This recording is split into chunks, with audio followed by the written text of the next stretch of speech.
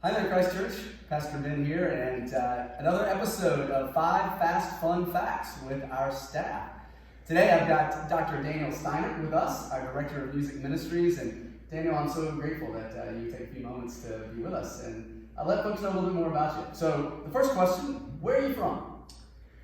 Well, I am from Oshkosh, Bagash, which is really a name of a town, not just a bit over else, in Wisconsin. So I grew up there. And it's a beautiful city with a river flowing through it, and it's on a lake, and it has the biggest airplane convention in the world every year there. So it's kind of a special place for me. I like that. We're getting fun facts in the midst of the fun facts. That's good. Talk to us about what you wanted to be when you grew up. Well, we grew up 4 houses from that airport that had this annual fly-in, and my dad was teaching ground school, so my older brother and I started to look at some of the books about how airplanes fly, and got very interested in that. And when I was 14, I was writing to the airlines and asking, how do I become a pilot? So that was kind of where that was. And then I think God had his hand on me because of my poor vision at 14 already.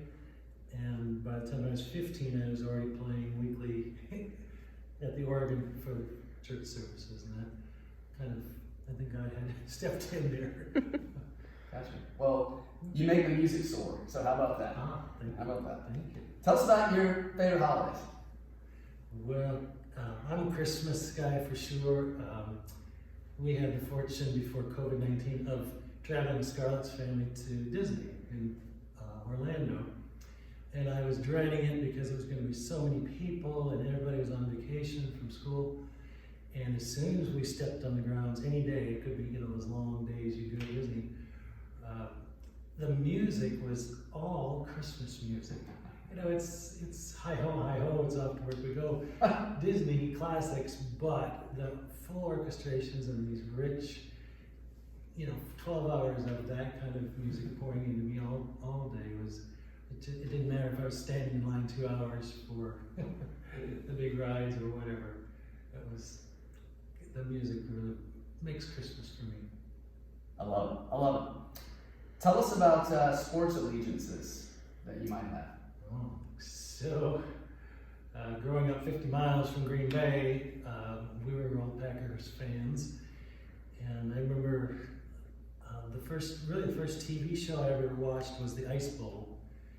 And my dad even put up a 50-foot tower so that, with the curvature of the earth built in, we could get the TV station from Green Bay to watch it live as Bart Starr went over the goal line to beat the Cowboys. Sorry, Cowboys lose. So I'm a Vince Lombardi and Packers fan through and through. So Awesome. Well, I've seen some of the ties, so I know it's true. I did a few times. What about if you could have a superpower? What would it be and why? Well, maybe it's no surprise, but flying would be mine, kind of the Superman thing. And I always think of the eagle flying above the storms of life. And those are just rich symbols for me throughout my whole life since I was that high. I just love to watch frisbee fly. Those were invented in my early childhood time in the 60s. Love to watch a golf ball fly. Those are some of my things that really, I just imagine. I can just imagine where they could go or how they could end up. And always usually good things. So I love it. Flying would be my superpower. Well, I think some of the folks in the congregation would certainly say music is your superpower, and you bless us and many with your gifts.